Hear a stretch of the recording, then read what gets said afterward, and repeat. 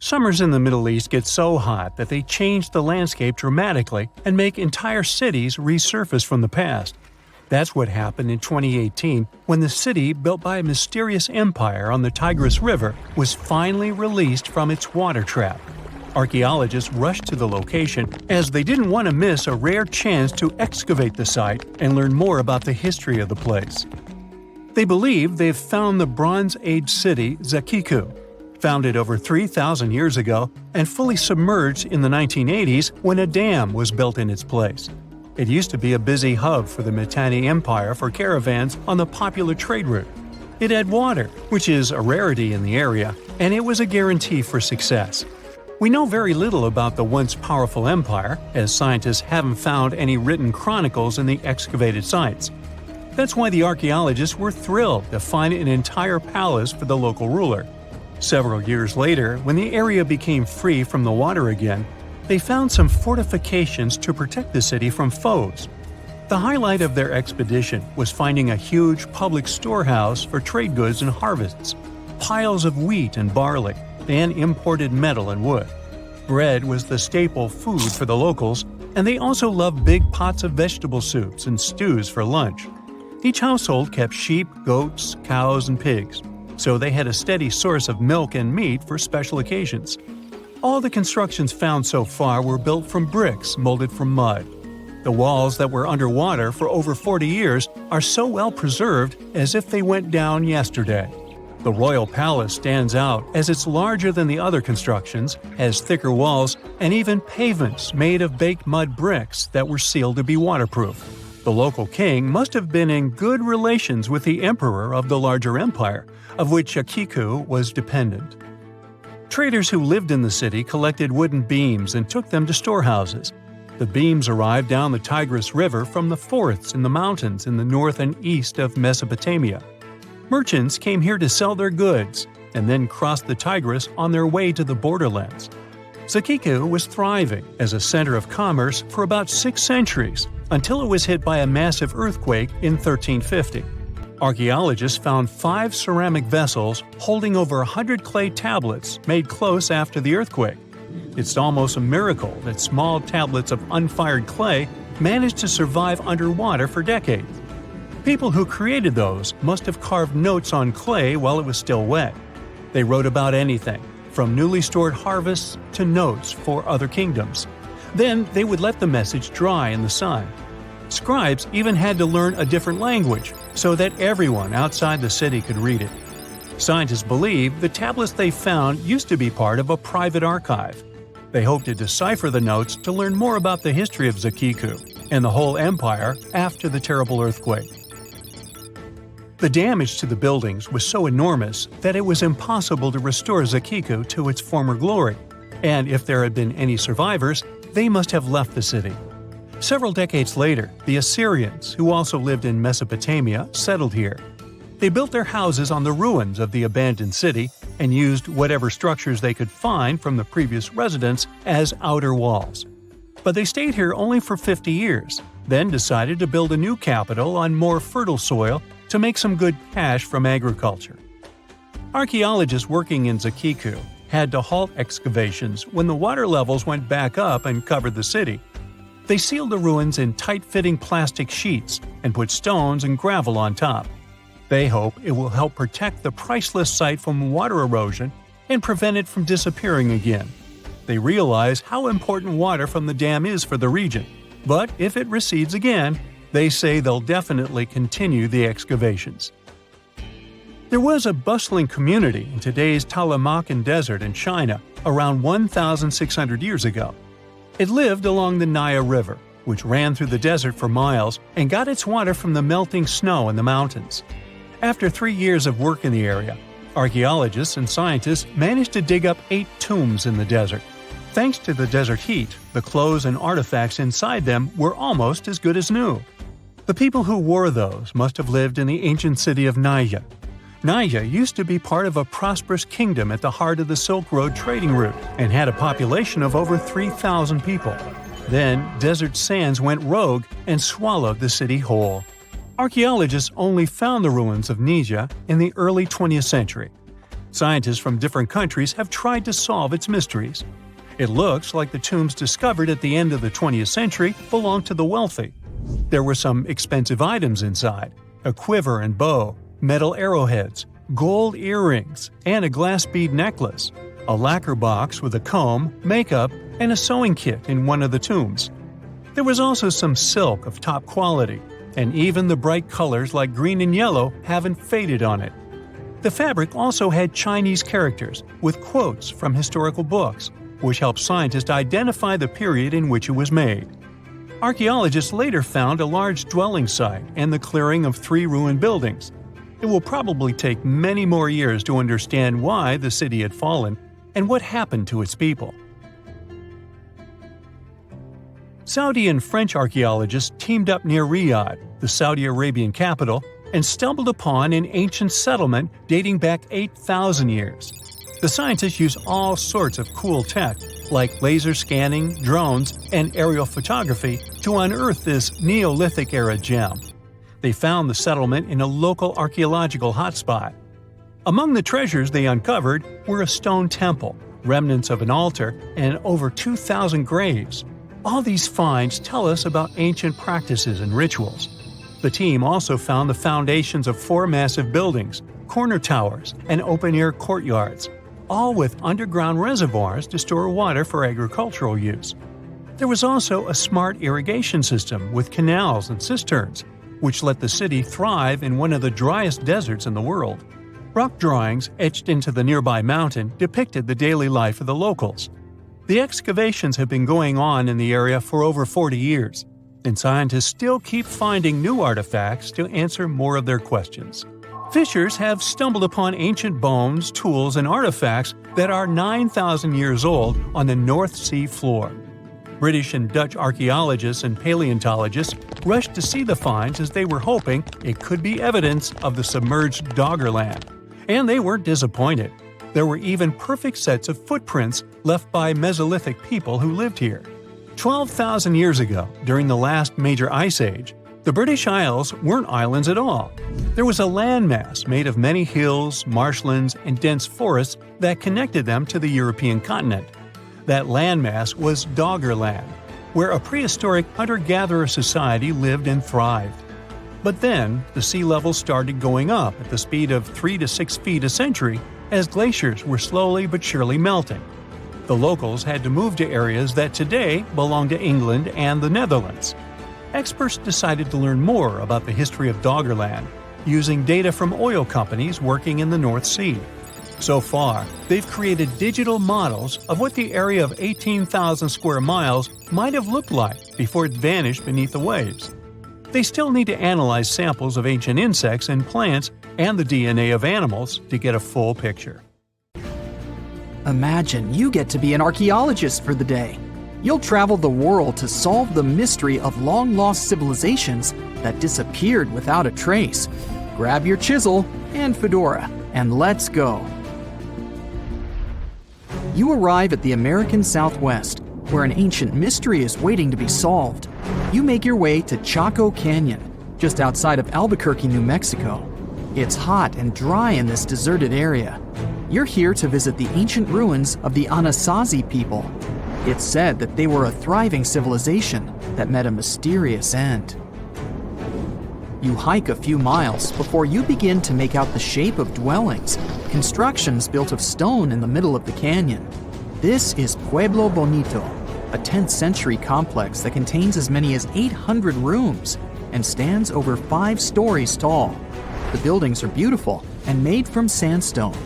To access the complex, its inhabitants built a 400-mile network of roads, some of them 30 feet wide. You can't wrap your head around the fact that it was built so long ago. Everything looks so well preserved. The Anasazi reigned over the so-called Four Corners region from 100 CE to around 1600 CE. During this time, they built a civilization that sprawled over 30,000 square miles, including Colorado, New Mexico, Utah, and Arizona. Standing inside a huge kiva, an underground ceremonial chamber, you wonder what happened to the Anasazi people. Scientists have analyzed tree rings and found out that the Anasazi population lived through a period of great drought. The drought is believed to have lasted 23 years, and there was possibly no rain at all during this time. This definitely affected their livelihood, from malnutrition to battles over food and resources. But was it enough to make 30,000 people flee their homes? Researchers say these people left their homes with their belongings still in place. Ladles were left in ceramic bowls. Granaries were full of supplies. It was as if they intended to return, but never had the chance to come back. For many years, archaeologists have believed that the drought was the reason for the disappearance of this thriving society. But there's other evidence that shows a different story. Anthropologists say that the ancestral Puebloans, as they are also called, were an exemplary population. They were peaceful and lived together in harmony. But that's not what their architecture shows. They isolated themselves from the rest of the world by building their settlements so high on top of cliffs. And they built walls and other security structures in order to protect themselves. What were they so afraid of? Recently, archaeologists began to study bone fossils of the ancestral Puebloans, and they found evidence that suggests that toward the end of their civilization, things might have gotten pretty bad. Evidence shows that local leaders were ruling using fear-based methods. Severe punishment started to be inflicted on those who did not follow their strict rules. Why this happened is still a mystery, and you might need many other excavation trips to find out the truth. It's lucky that your next destination is really close by. Still in New Mexico, you'll visit the Blackwater Draw. It's a national prehistoric site that holds the story of the Clovis people. You're shocked to find out that the Clovis are possibly the oldest humans to have inhabited the U.S. They were the first humans to allegedly cross the Bering Strait and follow the ice-free trails down to the U.S.'s southern plains. Try to picture what this area looked like when the Clovis people roamed this land. A huge spring-fed lake with mammoths, giant sloths, saber-toothed tigers, and bison much bigger than the ones we have today wandering around. The archaeological site you're visiting shows that the Clovis population were big game hunters. You're able to identify the bones of several mammoths and even the stone tools that our prehistoric ancestors used to hunt them. Some of these date back to 13,000 years ago, aka the end of the last ice age. You're presented with two possible theories on the disappearance of the Clovis population. It's possible that during the final 1,500 years of the last ice age, changes in climate caused a shortage of food. Scientists also believe that this situation was worsened by overhunting. Another theory suggests that a large meteor hit North America, and this was enough to alter the climate and make the Clovis people migrate southward to try to survive. But the truth is, there's no evidence that any of that happened. Next, you'll fly to the Pacific Ocean, to the mysterious Easter Island.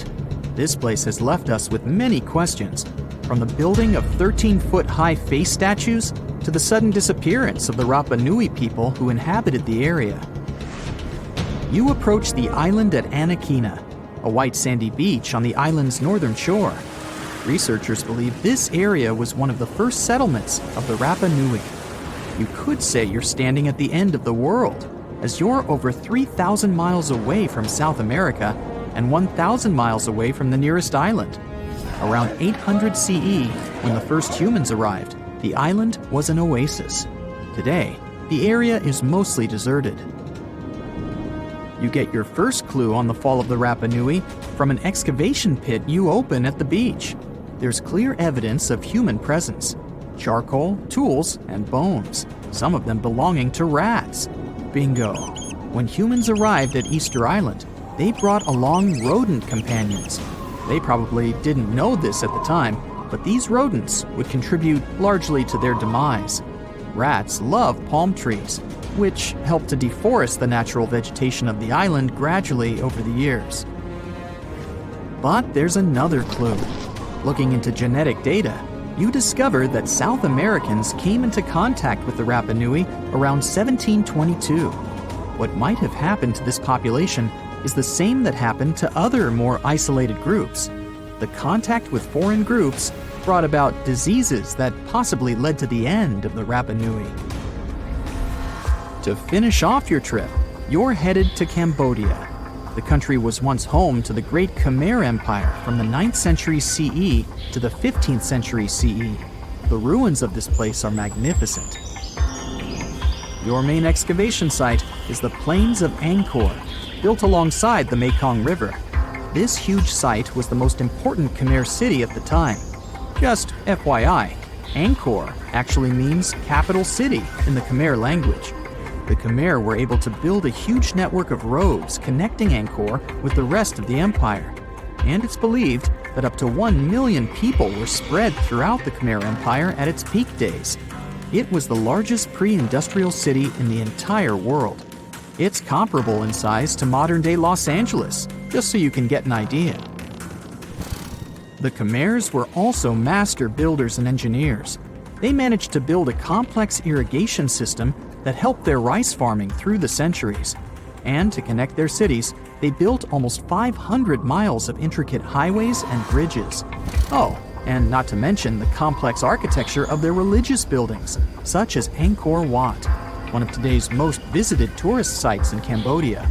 It took over 30 years to build, and it spreads over almost 500 acres. Back in the day, its towers were probably decorated with gold, but today, the site is a maze of vine-covered temples. Like your fellow researchers that came here before you, you're unsure of what caused this civilization to be wiped off the map. One possible guess has to do with the climate in the region. Strong monsoons might have caused massive floods and severe damage to the infrastructure, especially to the water system the Khmer people heavily relied on to survive. But another reason could have been regional conflict and immigration. Toward the end of the 15th century, the empire started to decline in numbers, and this could have weakened its strong power. You might not go home with many answers, but you've certainly learned a lot, huh? 1,000 years ago, near modern-day St. Louis, Missouri, there was a vibrant, bustling city called Cahokia. It was a Native American city, the largest and most influential one in Mississippian culture. At its peak, around 1050 BCE, Cahokia was home to as many as 30,000 people, making it larger than Paris at the time. But what's interesting is that Cahokia didn't have any big marketplace. Usually trade was the backbone of any big city, yet this one stood out for archaeologists. That's because Cahokia wasn't about commerce. It was about culture, community, and parties. The people who lived there threw massive parties that would last for days. The city's grandest feature was its 50-acre plaza, surrounded by amazing earthen pyramids. This massive space could hold over 10,000 people. Imagine them all gathering there for festivities, dancing, drinking coffees and teas, feasting on deer, and betting on sports. The events were super lively. Cahokians would wear awesome costumes, style their hair in interesting ways, and decorate their bodies with tattoos. Athletes were playing a game called chunky, where they hurled spears at a rolling stone disc, competing to get as close as possible. The roar of the crowd filled the air, and performers showed off their skills. These celebrations were so wild, they left traces in history. After the parties ended, Cahokians cleaned up by tossing leftovers into pits. Archaeologists have uncovered these waste pits, and they were filled with food remains and pottery. One pit alone contained the remains of 2,000 deer, and that's from a single event. They also found traces of yaupon holly, a caffeinated plant that was traded from hundreds of miles away. This just shows how much effort and thought Cahokians put in their celebrations. Would you like to live in a city like this? But aside from all the fun and games, Cahokia was also deeply complex and spiritual. The city was built on a landscape that mixed dry land with swampy patches. Many people believe that this symbolized the connection between the world of the living and the dead. The people of Cahokia saw their city as a bridge between these two realms. They built earthen mounds, both for ceremonies and rituals, and as construction support. These mounds rose from the swampy areas. Meanwhile, people settled in the drier spots. Elevated pathways connected these neighborhoods, creating a physical link between life and death. Isn't it sad that some ancient metropolises that rival modern cities in scale just disappeared? Cahokia's story came to a quiet end around 1350 CE, when the city was abandoned, all due to changes in environments and weather, floods, and other problems. But the influence of Cahokia was so big, it spread to distant places. Some of their traditions, like Chunky and Yaupan tea, have survived in native communities to this day. Today, Cahokia is a UNESCO World Heritage Site, and it's not the only megacity we lost. About 5,000 years ago, people in the Indus Valley built some of the world's first cities. Mohenjo-Daro was an ancient city in what is now Pakistan. The city was built around 2500 BCE, and back then, it was a thriving hub of the Indus civilization. Sure, it was much smaller than modern cities, but it was quite huge at the time, around 40,000 inhabitants. It looks like the locals were crazily strict and disciplined people. The city's planning and organization were incredible. It was laid out in a grid pattern. Streets and important buildings aligned along the north-south axis, probably to match the movement of the sun and moon. They also built one of the most advanced systems for water and waste management of their time. The city had about 700 wells. Nearly every house had its own. Most homes also had private bathrooms with drainages and even underground sewers. This shows how skilled these people were at staying clean. And with all this discipline, it looks like there were no kings, queens, or even a central government. They could still have some authority, like local elites or elected officials, just not a classic strict monarchy or religion. Instead, people there cared about simplicity and order. They basically managed themselves, having standardized ways of doing things, from the way tools and potteries were made to how they traded. Which is why, unlike many other cities, Mohenjo-Daro didn't have grand palaces, temples, or monuments. Instead, they had public areas known as citadels. People gathered at citadels for rituals, meetings, and storage of grain. And it seems like this way of life worked perfectly. Scientists found some seals and weights, which means the economy was well regulated. Archaeologists found some intricate artifacts like ivory, lapis lazuli, carnelian beads, and gold jewelry. Another famous find is the small bronze statue known as the Dancing Girl, which was discovered in 1926. Mohenjo-Daro wasn't poor at all. And they also pulled off some awesome buildings. Staying clean was clearly way more important to them than displays of wealth or power. So they created the Great Bath, one of the most famous structures in the city. It's a large, watertight pool built with baked bricks, perched on a mound of earth, being almost a religious place, the closest thing they had to a temple. Meanwhile, the city itself was built on a series of mounds. They grew taller over the centuries as people added new houses and structures. Why did the city fail? No one really knows. There's something mysterious about the sculptures archaeologists found. Many of them seemed intentionally broken. This means the city's later inhabitants, maybe invaders or something, destroyed them for some reason. Some scientists think that the Indus River may have shifted course, disrupting agriculture and trade. But there's no evidence of a flood or any big event like this. It just seems like, over time, the entire Indus civilization just gradually faded away. By 1900 BCE, the culture had shifted and didn't leave much behind. Let me tell you now about the ancient city of Kos, which is located where the modern town of Kos now stands in Greece.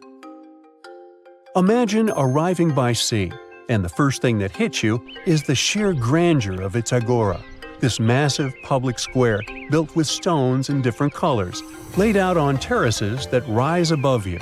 It was one of the biggest in the ancient world, and it made a great impression on anyone approaching the city. This place has a rich history dating back to around 2300 to 2200 BCE. A long time ago, local folk gathered up from different parts of the island to form a new city in the northeast. People have lived there since the Bronze Age, and over time, it became a super important center of culture and trade. And no wonder, since it's right near a natural harbor. The harbor was sheltered by two breakwaters, and people built some of the most important religious sites there, including the sanctuaries of Aphrodite and Hercules. Kos wasn't just beautiful, though. It had some brilliant design.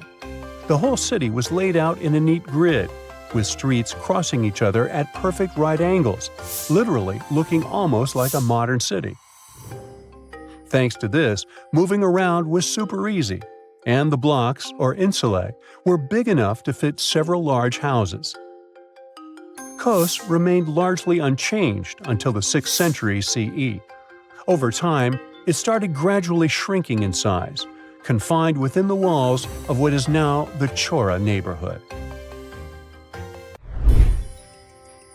Meanwhile, Palmyra was an ancient city built around a beautiful oasis sometime around the 3rd millennium BCE. Originally known as Tadmor, this city flourished as a major stop on the Silk Road, linking the Near East with Asia. It was a thriving center of trade and culture. They had a marketplace, assembly buildings, grand gates. In other words, this place was bustling with life.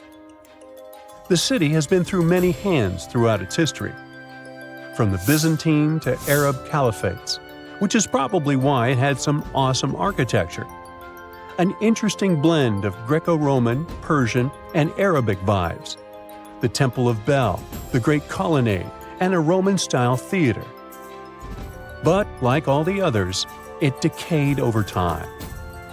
Palmyra's importance faded, and by the early 1400s, it had been largely destroyed. But at least its ruins remained. Right now, they're a UNESCO World Heritage Site. If someone finally invents time travel and you hop on a trip to the past, you won't recognize many of the things you know and love today. The Statue of Liberty and the Egyptian pyramids, some basic gadgets like the remote control and your laptop, and even the corn you have for lunch have all changed beyond recognition. When the pyramids were originally built in ancient Egypt and Giza and other places, they didn't look sandy brown at all. All of them were covered with white limestone. If you had seen them under the hot African sun, you'd have to look away. That's how smooth and shiny they were.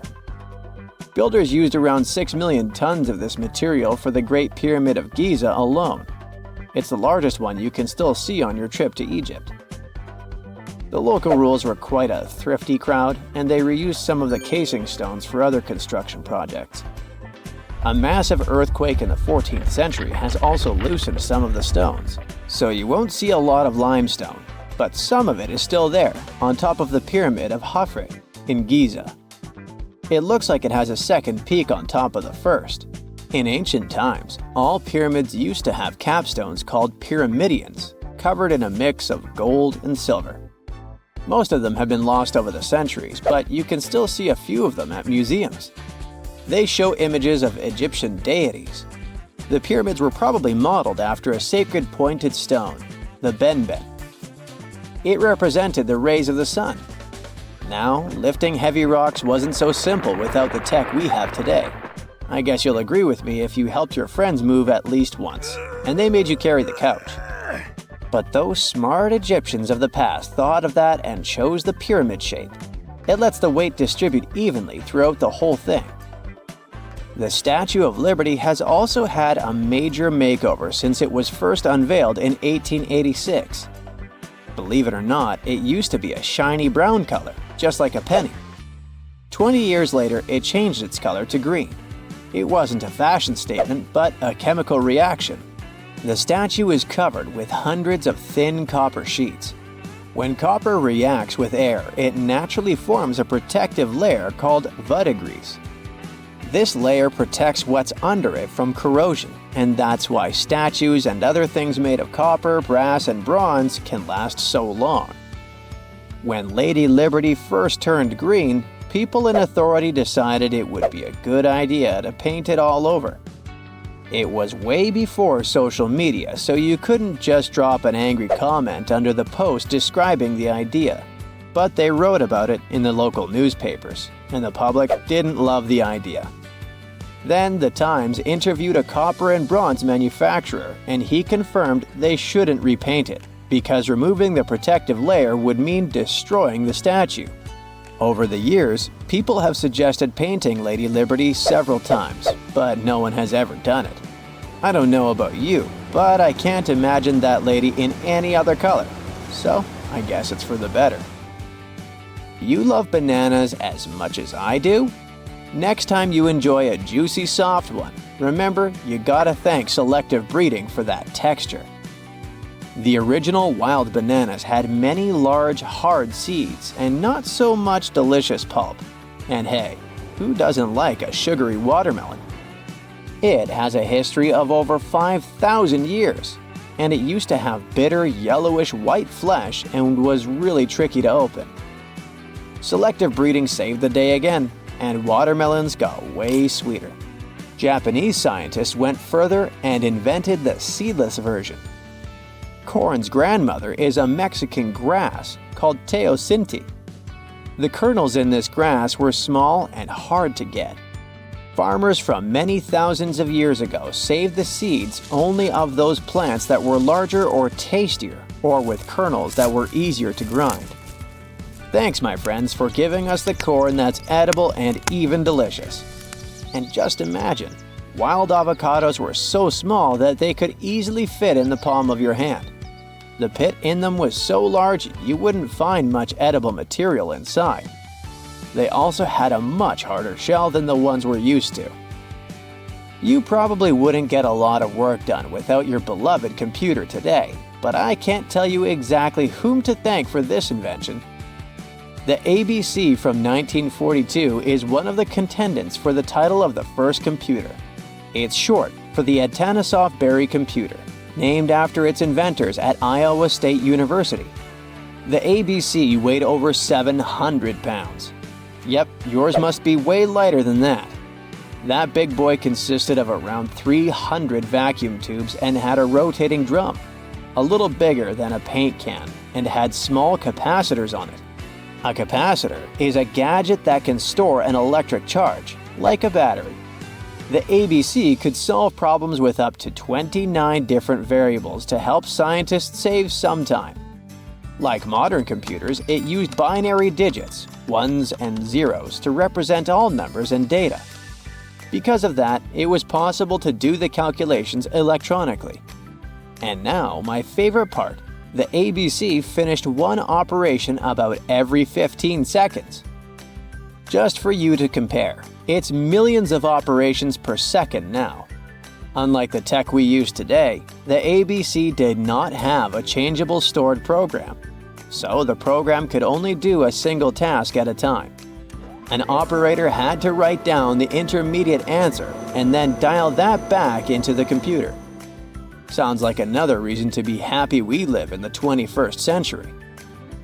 That remote control you use for all sorts of appliances has gone a long way too. Nikola Tesla, who gave us alternating current, designed one of the first wireless remote controls back in 1898. He named his invention teleautomation and demonstrated it on a miniature boat controlled by radio waves. The boat had a little metal antenna attached to it. Tesla sent signals to the boat using a box with a lever and a telegraph key. which was his version of a remote control. Those signals set electrical contacts on the boat into motion and moved the rudder and the propeller, and Tesla was controlling the boat. The concept of the remote control soon spread to other gadgets. The first television remote control followed in 1950. It was designed by the Zenith Radio Corporation, called LazyBone. Don't take it personally, please.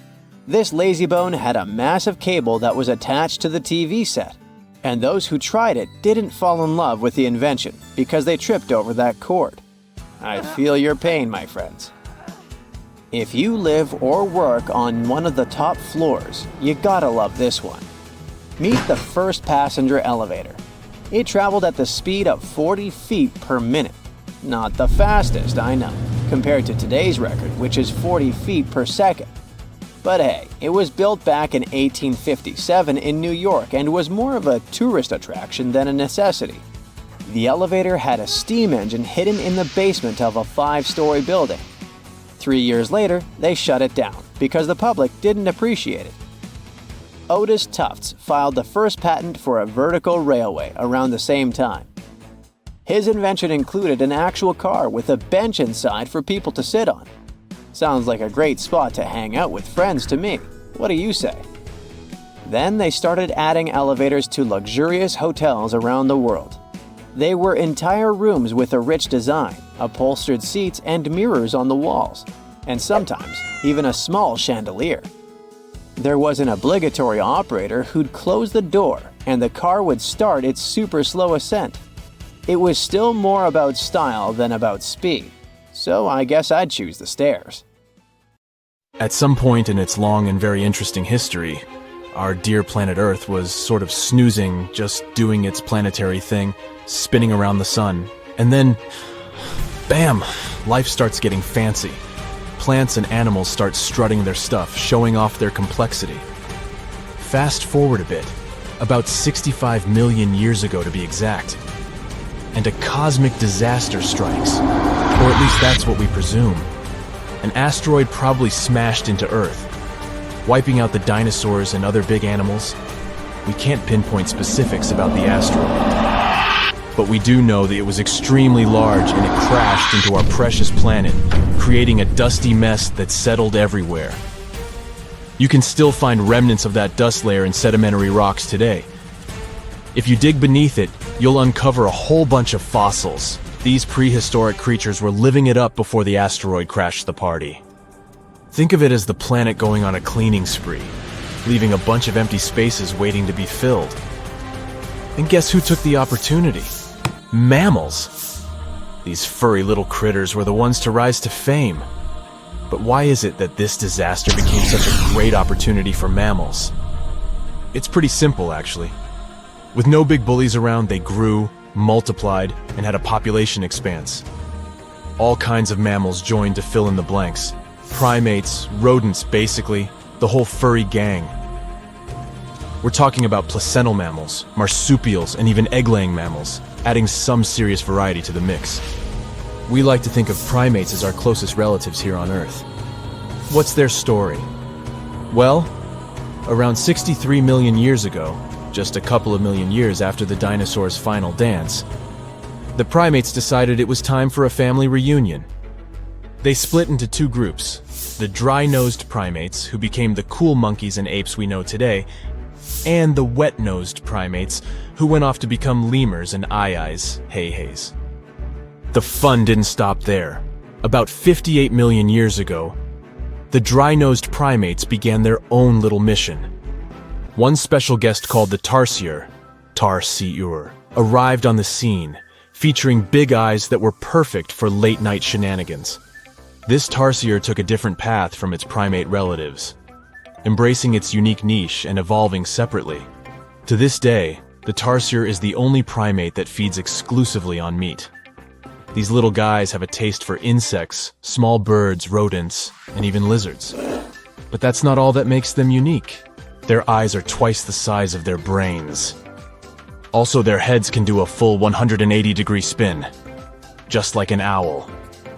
Because of their features, the tarsiers are the true kings and queens of the night. With their superpower of ultrasonic tracking, they can spot their prey instantly. Plus, their legs and feet are like springs ready to launch them into action. They've got this special ankle bone called the tarsus, which gives them those epic leaping skills. Hence the name, if you were wondering.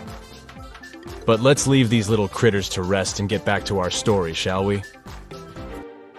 About 55 million years ago, the Earth cranked up the heat, literally. This sudden hot pod was a bit too much for many deep ocean dwellers and plants to handle, and they bid their farewells. But hey, every goodbye is an opportunity for something new, right?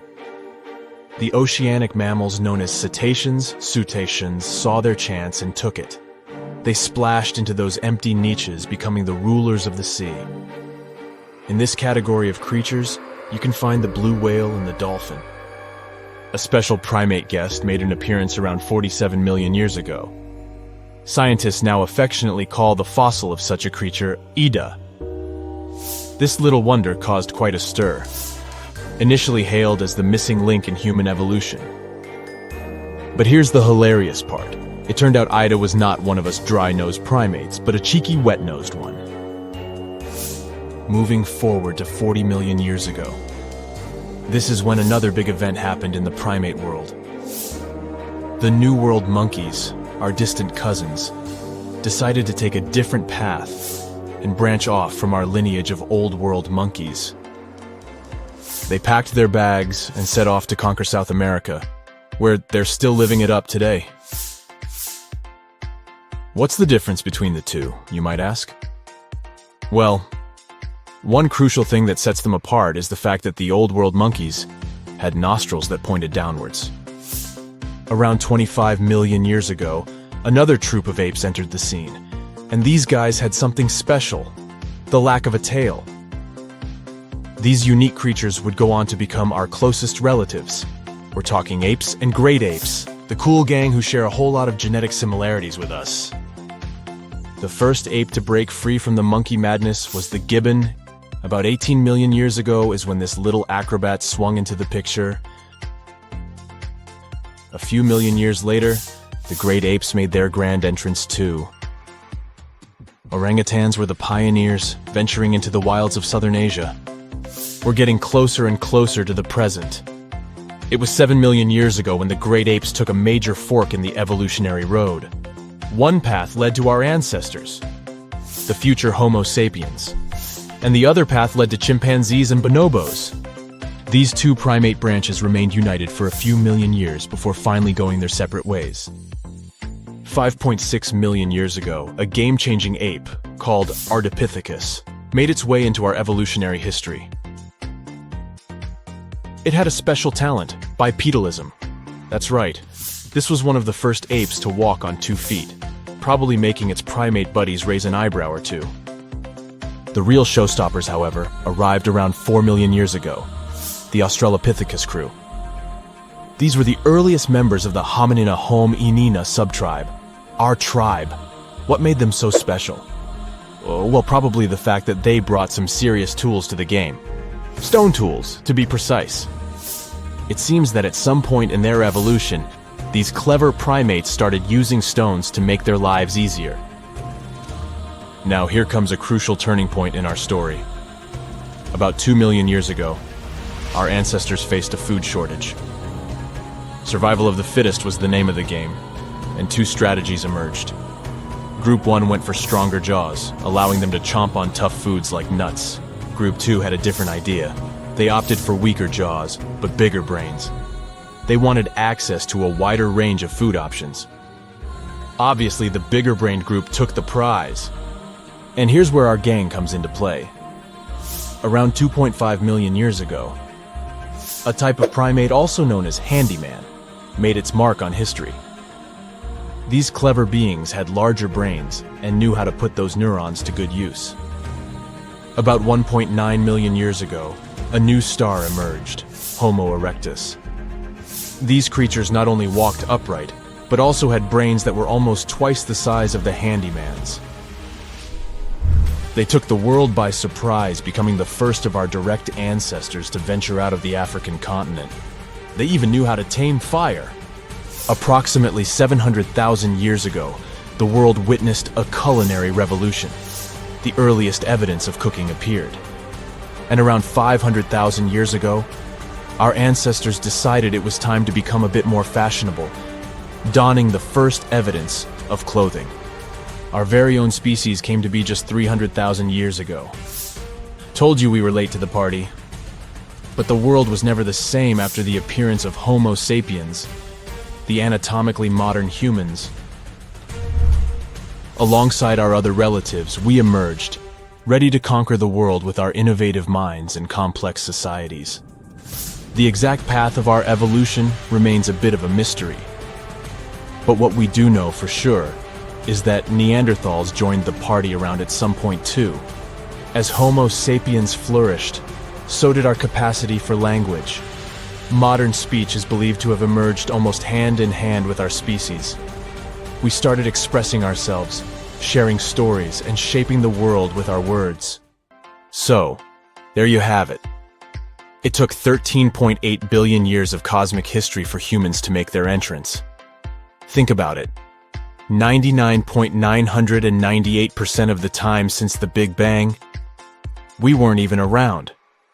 Our species, Homo sapiens, is the toddler of the Earth's family, existing for just the tiniest fraction of the universe's timeline. Yet, in this blink of an eye, we've managed to unravel the entire story that led to our existence. The story won't end with us.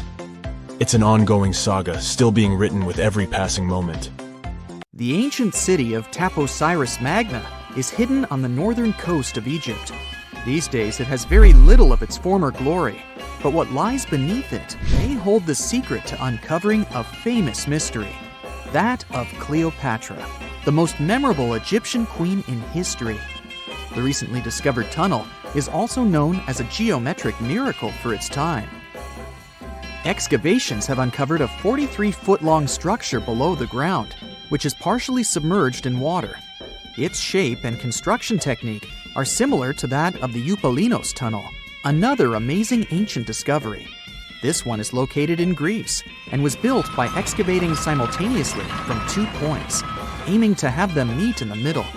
The use of math and geometry to make this construction was astonishingly precise for those days, more so since it was built near a mountain. Archaeologists that have been working on the Taposiris Magna site since 2004 believe this tunnel may lead to the lost tomb of Cleopatra. The clues they found so far seem to back up this theory. For starters, the city and its temple were built by one of Cleopatra's ancestors, Ptolemy II. All the architecture seems to indicate it was dedicated to the ancient spirit Osiris and his queen Isis. Throughout her reign, Cleopatra did try to associate herself with Isis, so it may be no surprise she chose this location as her final resting place. Scientists have yet to pinpoint Cleopatra's tomb, but research continues with the help of modern technology. To study this location better, archaeologists have even used a special device called ground-penetrating radar. This tool allows us to analyze what lies beneath the ground without being intrusive. Since this tunnel is so old, research needs to be done very delicately. Seeing pictures of what's underground before you start digging is incredibly useful and has been done here since 2011. Finally discovering Cleopatra's tomb may help us piece together her story, especially what might have happened during the last portion of her life, which is still surrounded by mystery. We still don't know the exact cause of her passing. Some believe she may have let herself be bitten by a poisonous Egyptian cobra. Others have suggested that she was well accustomed to toxic substances, even hiding some in her hairbrush in case she ever needed it. But that's not to say she chose to use it on herself. We do have a lot of other interesting information on Cleopatra that's equally as impressive, like the fact that she had a stylist. Most of the images you've seen depicting this famous queen show her wearing black eyeliner. This look was put together by Iras, a woman known to have been her personal beautician. She traced the long line from her eyes to her temples, a makeup technique still used today to enhance the eyes. Airas was an important figure throughout Cleopatra's life, known also as her confidant and close friend. There are even theories that suggest Airas was there by her side when she passed away. Despite her well-thought-out looks, Cleopatra wasn't as pretty as she's described. Or at least, that's what recent research has pointed out. Sure, if we look at movies and modern imagery, she's depicted as this incredibly beautiful woman with symmetrical and delicate features. However, if we look at coins showcasing her image from back in the day, her looks are rather average. Her image on the coins might have been adjusted, too, to make the queen look stronger in the eyes of her people.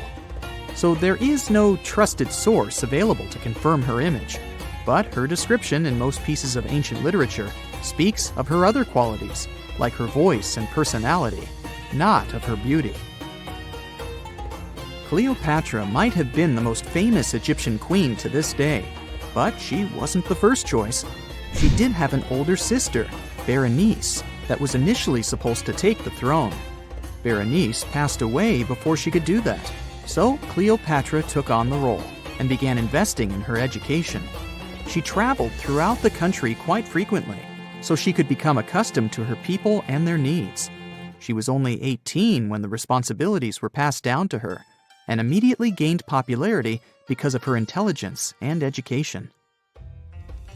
Her taste in literature was quite good too. She was known to be a fan of Homer, the famed Greek philosopher and poet. Cleopatra loved to write as much as she loved to read. There are even claims that she wrote a book on medicine and cosmetics, but we have no evidence to this day that such work ever existed. Part of being a great leader back then meant you had to speak multiple languages. Cleopatra clearly understood that, and that's why she's rumored to have known many languages to varying degrees. Some archaeologists suggested she spoke Greek, Egyptian, and Ethiopian, as well as many Arabic dialects. She might have even spoken Latin, but there's little evidence to support this claim. She might not have had angelic looks, but Cleopatra was really careful with the way she looked, even with her diet. She was known to have enjoyed simple meals, including a variety of fish. Since she lived close to the Mediterranean Sea, it's really no surprise. As a treat, she liked to eat stuffed pigeons, which she also served to her guests. Other dishes on the menu included vegetables and fava bean soup. Fruits and nuts weren't missing from her diet either, and she was also a big fan of honey. Recently, a team of experts has even tried to recreate her famous perfume. Think of it like the ancient equivalent of Chanel No. 5. Cleopatra was known to be a fan of luxurious scents, which she believed could even influence how people treated her when they met. The basis of this scent is myrrh, a resin gathered from a local tree. Other ingredients added to the mixture were also found back in the day, like cardamom, olive oil, and cinnamon. The results may not be quite as delicate as the perfumes we know and use today. Its consistency was way thicker, and the scent lasted way longer. When she was at the height of her power, Cleopatra might have been the richest person in the world. Back in the day, she ruled over a territory that stretched across the Mediterranean, from modern-day Libya in the west through Egypt to Syria in the east. This is the largest territory ever ruled over by a woman. In today's currency, her worth might have been somewhere around $95 billion. The calendars we use today may have been introduced by Cleopatra herself. She presented the idea of leap years and leap days to Caesar, the Roman emperor she was known to have been close with. Taking her advice, Caesar made these adjustments part of the official Roman calendar. The ancient Egyptians already knew the year was longer than precisely 365 days. They discovered this by studying the brightest star in the sky, called Sirius, and concluded that a year is actually 365 1/4 days long. It was Elizabeth Taylor that famously introduced Cleopatra to pop culture when she played her in the 1963 film bearing the same name. Up until that point, it was the most expensive film ever made. It was originally supposed to cost somewhere around $2 million, but ended up costing a mind-boggling $44 million. That's mostly because of script and production issues. To make this iconic movie, producers created 79 sets from scratch, as well as over 26,000 costumes for the cast. Elizabeth Taylor's Cleopatra costumes alone cost somewhere around $200,000. Thankfully for the producers, the movie made headlines and was well received by critics, making it a box office success. A lot of people associate Cleopatra with another famous Egyptian ruler, King Tutankhamun, nicknamed King Tut. Surprisingly, apart from both of them being Egyptian pharaohs, they have nothing else in common. For starters, King Tut lived around 1,300 years before Cleopatra did, and there is also no connection regarding their ancestry. Cleopatra had Macedonian Greek roots, while King Tut was a native Egyptian. When you think of an epic desert scene with blazing sun, endless dunes, and those magical little oases, you probably picture the legendary Sahara, right? But what if I tell you that 11,000 years ago, this vast expanse of hot sand looked totally different than it does today? Yeah, I don't know, I wasn't around then. But I'm told that back then, what we now call a desert was a lush paradise, brimming with lakes, rivers, grassy plains, and even woodsy forests. So, where did all this water go? There are many stories about the distant past of our planet when deserts were covered with jungles and forests, and then something happened, like changing climates or colossal earthquakes, and it all turned green lands into dunes. But how about a theory that Sahara became a desert because of humans and goats? The Sahara has seen its fair share of wet and dry drama throughout the ages, mostly thanks to little shifts in Earth's orbital tilt, causing variations in how much solar radiation hits the atmosphere. There were even times called the African humid periods, when the rain would pour in and transform the dry landscape into a bright green haven. But between 8,000 and 4,500 years ago, something really funky happened to this region. Certain areas went from humid to dry way too fast to explain it by just orbital changes. In the blink of an eye, the lush Sahara turned into the Sahara we know today. Now, if you ask scientists why it happened, they will tell you, oh, it's just poor parameterization of the data. Bet you didn't get it, did you? What? Well, right, let me translate it from scientific to common human. It means they really don't know the answer themselves, and they got a bunch of missing puzzle pieces. But as scientists sifted through ancient dirt and pollen samples, they spotted a quirky trend. Wherever there were pastoralists, also known as humans with their domesticated animals, the plant life seemed to shift. It was as if every time humans and their furry friends meandered through the greenery, they turned it into scrub and desert right behind them. Oops. Yep, chances are that by overgrazing, humans were sapping moisture out of the atmosphere, since plants give off moisture, which helps make clouds and making things even sunnier, leading to a quicker end of the humid vibes. Plus, our ancestors may have been getting a little too cozy with fire for land management, further speeding up the desert takeover. Anyway, scientists are sure that this lush Sahara would have turned back into desert eventually, even if humans hadn't shown up, thanks to Earth's natural rhythms. So there's no need to pin this abrupt change solely on humans. It could simply be about nature getting feedback from vegetation and dust cycles. It's difficult to determine what caused these changes, as it's all interconnected. During the last humid period, the Sahara was filled with hunter-gatherers. As things got a little drier, they started herding animals for food. The weather pushed people to herd cattle. It's also possible that grazing sped up the landscape degradation. So, which came first, the chicken or the egg? Or in this case, the human or the cow? It's tough to tell with the evidence we have now. Now today, it's safe to say that water is no longer that big of a problem in the Sahara, even though it's a huge desert and the times of lush forests there are long gone. But technology's got us covered. For example, the Nubian Sandstone Aquifer System, the biggest underground water stash on the planet. It's nestled beneath the Sahara Desert's eastern edge and stretches across 4 northeastern African countries – Sudan, Chad, Libya, and Egypt. covering a whopping 770,000 square miles and holding around 36,000 square miles of groundwater. Just look at the pipes transported when it was being built. It's the world's largest irrigation project. No wonder it's feasible to thrive in the Sahara today. But imagine thriving in the Sahara Desert with just one water source. Sounds like a tough gig, right? But the ancient Garamantes did just that, surviving and even thriving for nearly 1,000 years without monsoons or rivers flowing to their desert paradise. These clever folks were the trendsetters of urban life in the sands, and even the Romans couldn't help but notice their genius. While many thought they were just desert-dwelling savages, the Garamantes were busy building an empire in one of the toughest climates on Earth. But how did they do that? Well, they got crafty and dug a whole bunch of underground tunnels to tap into a massive sandstone aquifer. They were literally squeezing every drop of life from under the dunes. But recently, research showed that the Garamantes weren't just hardworking, they were pretty lucky too.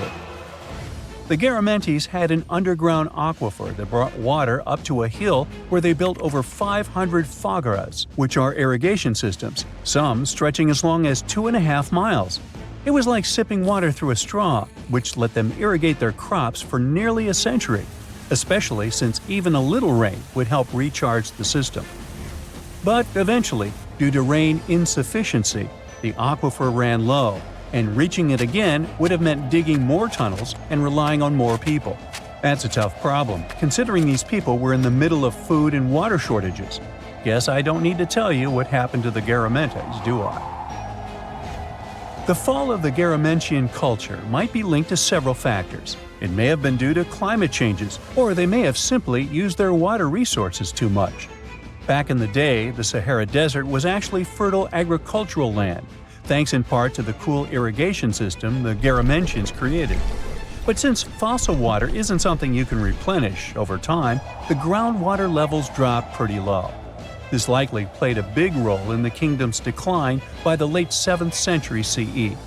That sounds like someone who hit a lottery jackpot, used up all the money, and went back to their original not-so-cool job once the bank account got fully drained. Oh, by the way, even if the Garamantes left some secret wisdom messages for us, the chances are we'll never get what they wanted to tell us. Nobody really knows what language they used, and their texts are nearly indecipherable to us today. But let's go back to the Green Sahara. So it transformed into a desert about 4,500 years ago. But today, we can understand how people lived in those times in the Sahara thanks to natural parks in Africa that have the ultimate outdoor art gallery. There are well over 15,000 ancient paintings and carvings depicting everyday life from around 11,000 years ago. However, if the carvings aren't enough for you and you feel like visiting an actual green desert, all you have to do is book a flight to California. One of the most beautiful phenomenon in the world, the superbloom, takes place here. Look at all these colors: orange, green, pink. It's a miracle. Wildflowers bloom right in the middle of a hot desert after several years of rainfall in dry places. It's such a bright and colorful landscape that superblooms can be seen from space.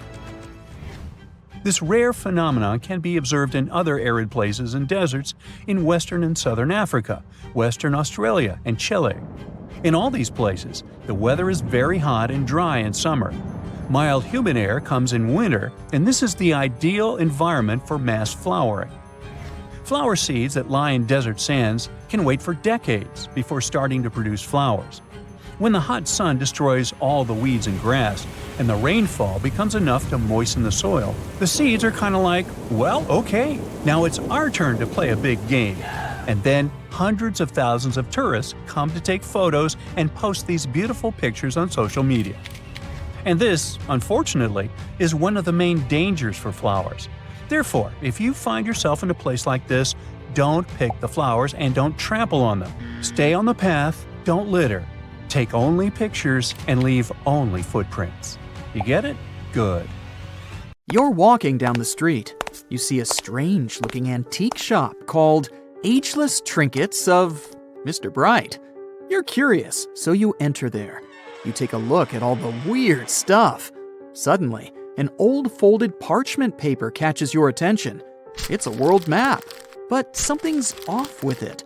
Instead of showing the countries as you know them, it shows the locations of 4 mythical lost worlds and civilizations. Mr. Bright, the shop owner, comes next to you after realizing your shock. This map won't let you find these places or anything, but I can explain to you the legends behind them if you want, he says. Let me begin with Atlantis. You might know it as Aquaman's underwater kingdom, but Atlantis, the fictional island, was actually first introduced in 2 of Plato's works. According to him, Atlantis was a highly advanced civilization that existed about 9,000 years before his own time, and its story had been passed down by poets, authors, and others. He wrote about Atlantis and its citizens to give a moral lesson and to teach about the dangers of arrogance, as well as the eventual downfall of those who are after too much power. In his dialogues, Plato stated that Atlantis was a great and powerful empire that was respected in all parts of the world. It was founded by beings who were half deities and half human, and became a great naval power after a while. Being an island filled with gold, silver, and other precious metals certainly helped their case.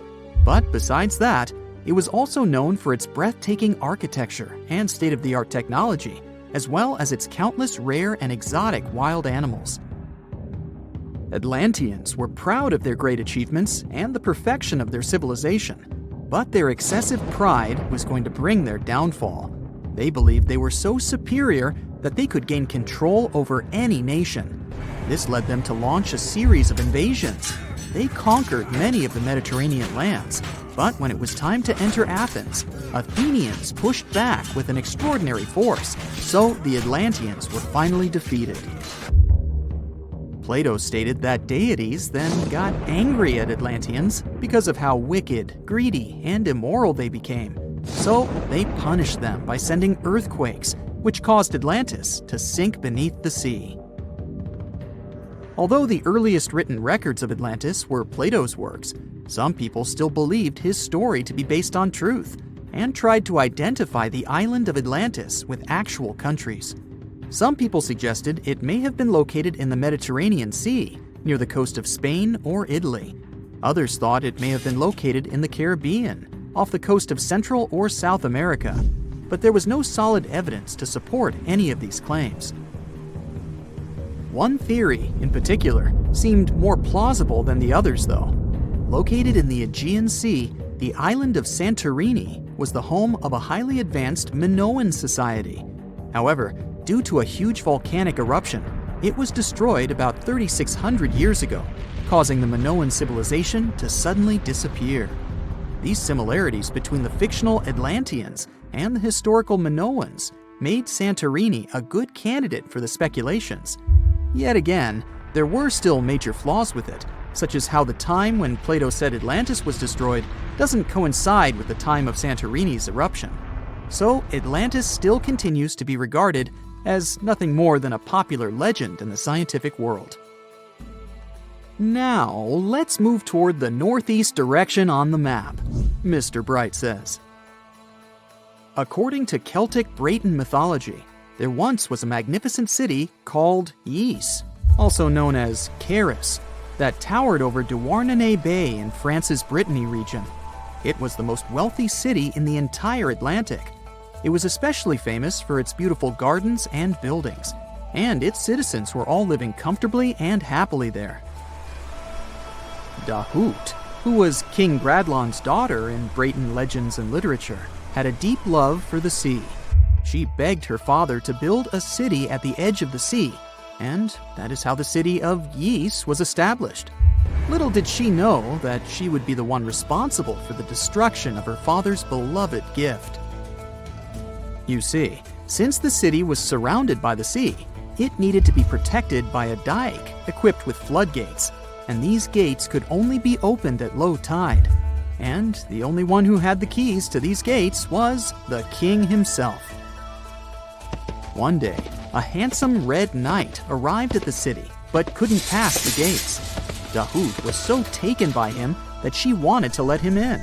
She knew that her father was the keeper of the only key to the city, so she sneaked into his room and stole it from him. Then she gave it to the Red Knight so that he could enter the city and they could be together. However, the Red Knight turned out to be the Prince of Darkness, and he intentionally left the gate open to the raging sea. The waves soon swallowed all of Ys.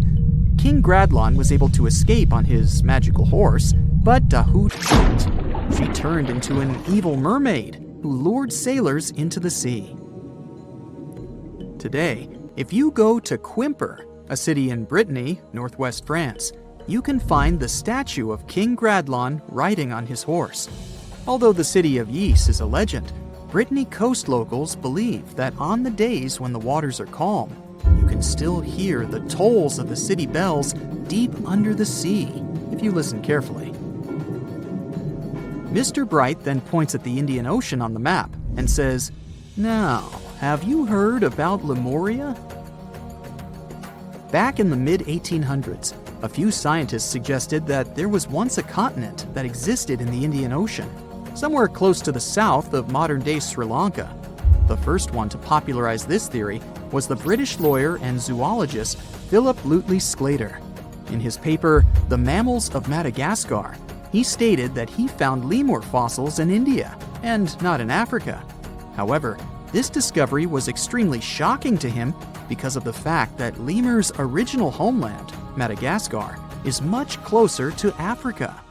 He proposed that this was possible only if some larger continent connected the two once. He stated that this continent must have eventually sunk to the ocean floor. He then named it Lemuria, and hence the theory was born. People who came after Sclater took his theory a step further and thought that Lemuria was also the home of an extinct race of humans called Lemurians, who had 4 arms and enormous bodies, and were also the ancestors of modern-day humans, as well as lemurs. Of course, as new scientific discoveries were made on plate tectonics, evolution, and the study of DNA, the theories regarding the fictional continent called Lemuria were debunked. The last fictional land on the map is Agartha, Mr. Bright says. Taking its roots from Eastern mysticism, one legend says there's a kingdom called Agartha that is located deep beneath the surface of the earth. It's where all 4 corners of the world are connected by paths and tunnels. It is said that there's a secret entrance into Agartha hidden in the Gobi Desert, and it's built by Agarthans themselves using advanced technology that can't be detected by us, the surface folks. According to some beliefs, Agartha exists to counterbalance the energies of those who live above the surface. While we live in a state of rush and heightened emotions, this world beneath us is the total opposite. Some even say that those who escaped Atlantis fled here to continue their lives inside the Earth's core. And yet, others think it's actually a land that's crawling with all kinds of monsters. But there's no need to be scared, since modern science proved Earth's core is not actually hollow and is a solid hot iron ball. So you can cancel your journey plans to the center of the Earth if you've made any. Thanks, Mr. Bright.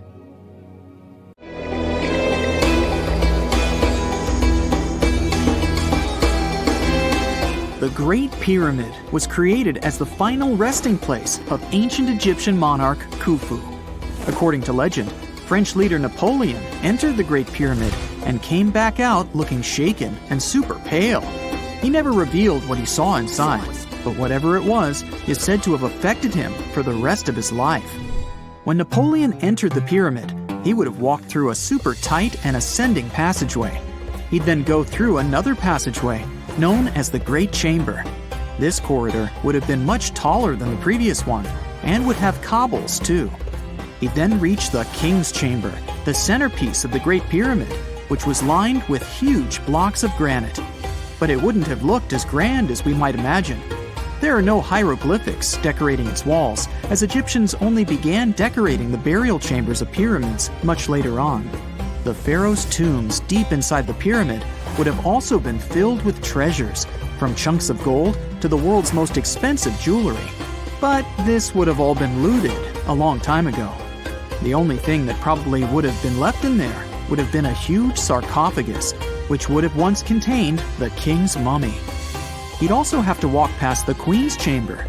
This room most likely didn't hold any queens though, as pyramids were usually only built for one person.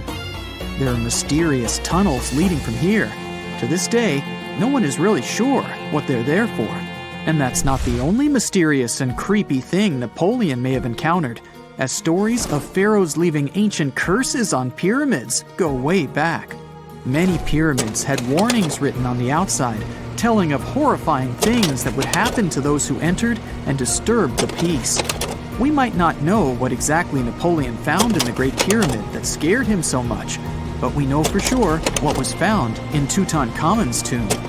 Tutankhamun was an ancient Egyptian pharaoh who was only 8 or 9 years old when he took to the throne. He became a cultural phenomenon when his tomb was discovered almost completely intact in 1922. His pyramid sits in the Valley of Kings in Thebes, modern Luxor, which is in Egypt. Unlike the Great Pyramid, Tutankhamun's tomb was covered in beautiful wall decorations. The walls told the story of how he would travel to the afterlife through the underworld.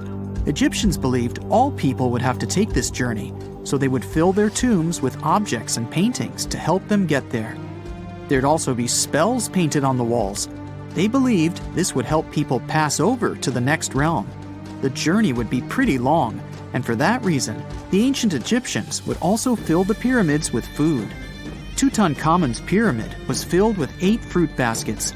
They even found something called gingerbread fruit in there. The rooms were jam-packed with furniture, statues, clothes, and staffs, amongst a whole bunch of other things. You'd likely find a lot of clothes and expensive jewelry in the pyramids as well. The ancient Egyptians wanted their ancestors to travel in style to the afterlife. They put Tutankhamun in his final resting place with over 50 pieces of clothing, all of the highest quality. There were tunics, scarves, gloves, and headdresses, and a ton of jewelry. Bracelets, pendants, necklaces, rings, and scarabs for protection were all found inside. Each of them was made of gold or precious stones. There were also fans made of ostrich feathers to keep the old pharaoh cool in the hot Egyptian sun. But the temperature inside the pyramids never actually went above 68 degrees Fahrenheit. The ancient Egyptians developed a super cool air conditioning system that we don't fully understand even today. Tutankhamun's pyramid also contained 130 walking sticks made from ebony, ivory, silver, and gold to help him on his journey. There were 3 chariots hidden away in case he got tired of all the walking. They also put 11 boat paddles inside, but there was no sign of any boat. The pyramids would be littered with the pharaoh's favorite scents and perfumes. During the excavation of Tutankhamun's pyramid, it quickly became clear that it had been robbed during ancient times. There was damage to doors and traces of oils left in empty jars. It looks like someone raided the pyramid for gold and the scents, perfumes, and oils that had been left for King Tut. There was still a bit of perfume, which was made from coconut oil and frankincense, left in one bottle. It seems like Pharaoh Tutankhamun loved board games. There was an ivory traveling set of Senet in his pyramid. Although we don't know for sure exactly how to play it, we have figured out it was sort of an ancient Egyptian version of backgammon. It looks like it was a 2-player game where the goal was to knock your opponent off the board. Not really sure who Tutankhamun's mummy was supposed to play with though. The ancient Egyptians had some rituals that may seem pretty strange to us. For example, they used to shave their eyebrows off if they ever lost a cat. So it's not too surprising they put some really weird things inside pyramids. Archaeologists discovered a collection of mummified cats and scarab beetles in pyramids that date back more than 4,000 years. They were found in the pyramids of Saqqara, which is south of Cairo. They also found a bunch of makeup kits and mirrors inside. Makeup was worn proudly by both men and women in ancient Egyptian times. Eyeliner was the most popular cosmetic. The Rosetta Stone was one of the best discoveries ever made in pyramids. It was found by our man Napoleon Bonaparte and his team. It's a black granite rock that dates back to 196 BCE. It's transcribed in Greek, Demotic, and hieroglyphic. when it was translated in 1822, we got the key to understanding ancient Egyptian hieroglyphics for the very first time. The discovery of Queen Hatshepsut's mummy in 1903 changed our understanding of the Egyptians forever. After she had passed away, her successor, Thutmose III, removed most of the evidence of her reign, so we basically knew nothing about Egypt's first great female leader. She's now gone on to become one of the few and most famous female pharaohs of Egypt.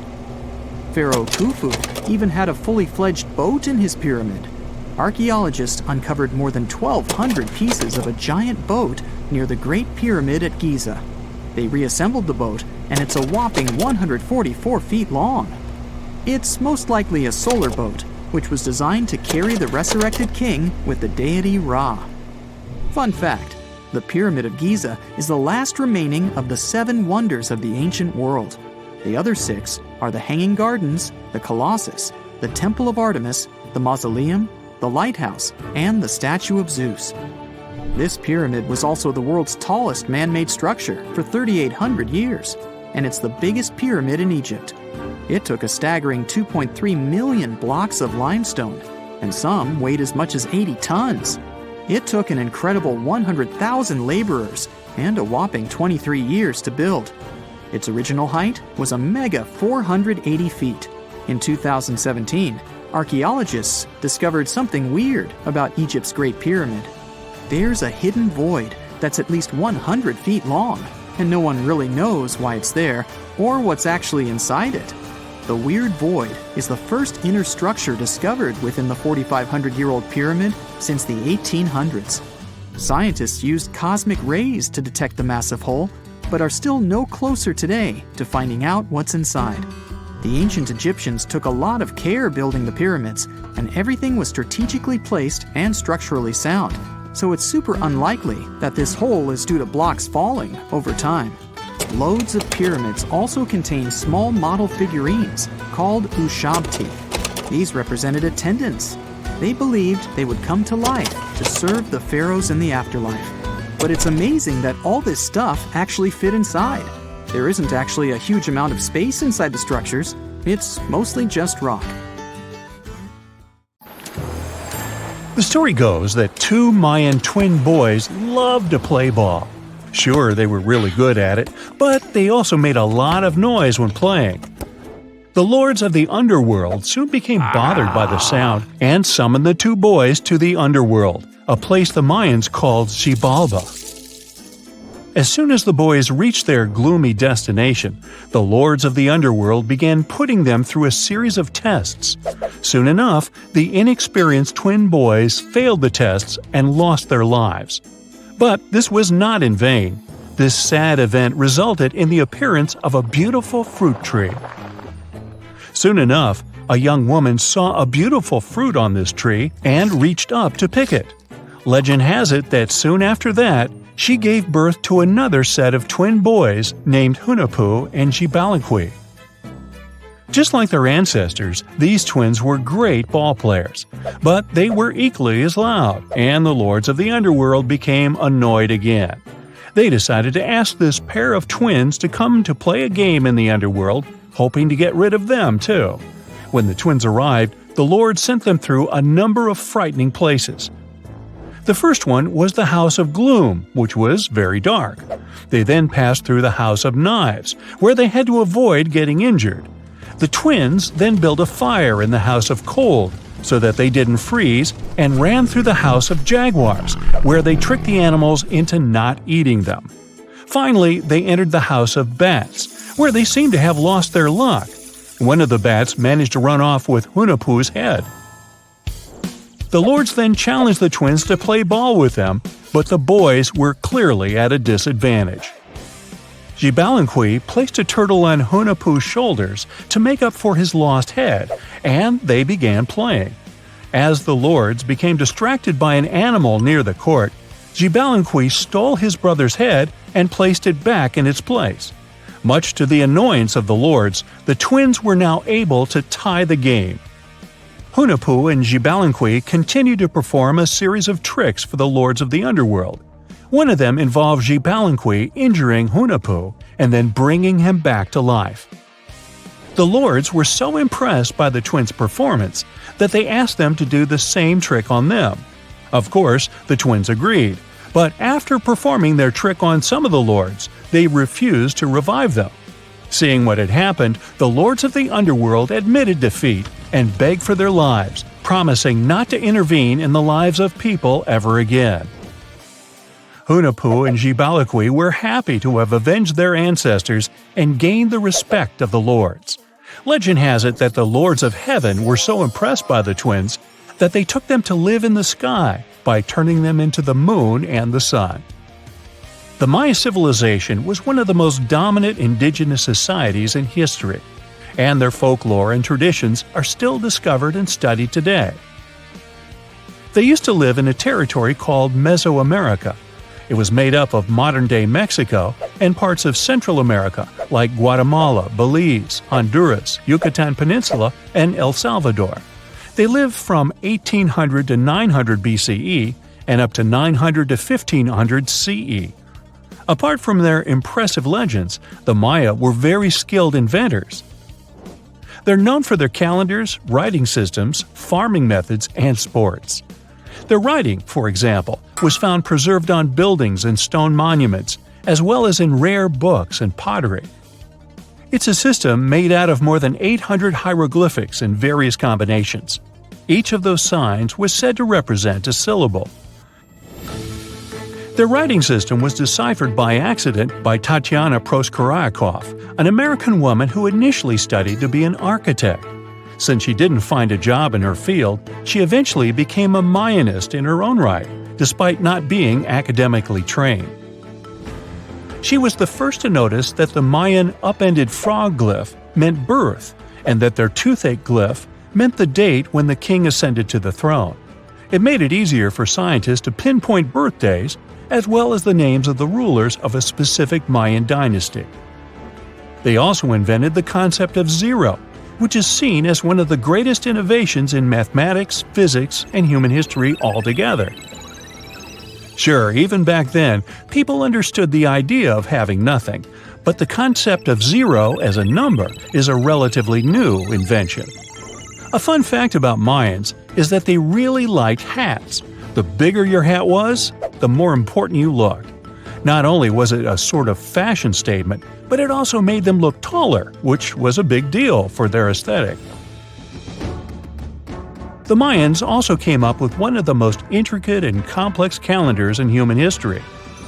It was the first to use zero as a placeholder.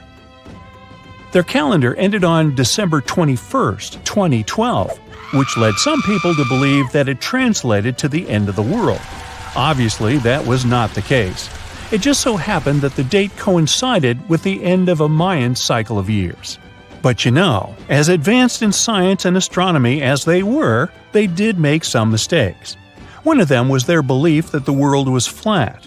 Their theory was that the four corners of the world were watched by the brother lords, who kept the sky from falling over their lands. Hats off for their menus, though, as they were well-known chocolate eaters. They turned eating chocolate into a form of art. The drink they made wasn't really like the hot chocolate we enjoy today, though. The recipe included mixing cacao with water, honey, chili pepper, cornmeal, and other ingredients to make a foamy, spicy drink. The ritual of drinking cacao was a crucial part of their celebrations. We're not done discovering all the amazing parts of their architecture and civilization. It was only a few years ago that a Maya pyramid was found at Tonina, in the Mexican state of Chiapas. It was estimated to be more than 1,000 years old. The reason why it escaped archaeologists for so long was that it lay hidden under what was believed to be a natural hill. The ruins of two Mayan cities have been recently discovered in the Mexican state of Campeche. Why didn't we find them until now? Well, they were concealed by really thick vegetation, which made it difficult for archaeologists to reach them. The Mayans didn't just disappear. Their descendants are still around today, many of them choosing to live in their ancestral homelands. You can find them in Guatemala, for example, where the Maya people make up the majority of the population. Overall, the Maya ethnic group contains people that speak different Mayan languages, such as Yucatec, Quiche, Quechua, or Mopan. They had no idea what a spa day was, but the Mayans really enjoyed a nice sweat once in a while. Sweat lodges were discovered around ancient Mayan sites. They were built out of stone or adobe. These rooms were an essential part of their cleansing and healthcare rituals. One of the earliest sweat lodges was found in Quello in northern Belize and appeared to date back 3,000 years. One of the most important parts of the Mayan culture was a ball game which they named Pix. It had both political and spiritual significance. We can see ball courts at important parts of Mayan archaeological sites. The main goal of the game was to pass a rubber ball through a very high stone hoop without using your hands. Basically, it was a combination of soccer and basketball. However, it could have serious consequences. The loser could, at times, even lose his own life. Ooh, high stakes indeed. Because of this game and the need for bouncy balls, the Mayan people were some of the first cultures to use rubber. They made it using natural latex. There were different kinds of rubber depending on what natural substances the latex was mixed with. And that, my friend, is the way the ball bounces. Sorry, but you know me, I just couldn't resist. The unanswered mysteries surrounding ancient civilizations have been a source of inspiration for many conspiracy theorists. In fact, some of these mysteries are so interesting that many of us either already believe them or would like to.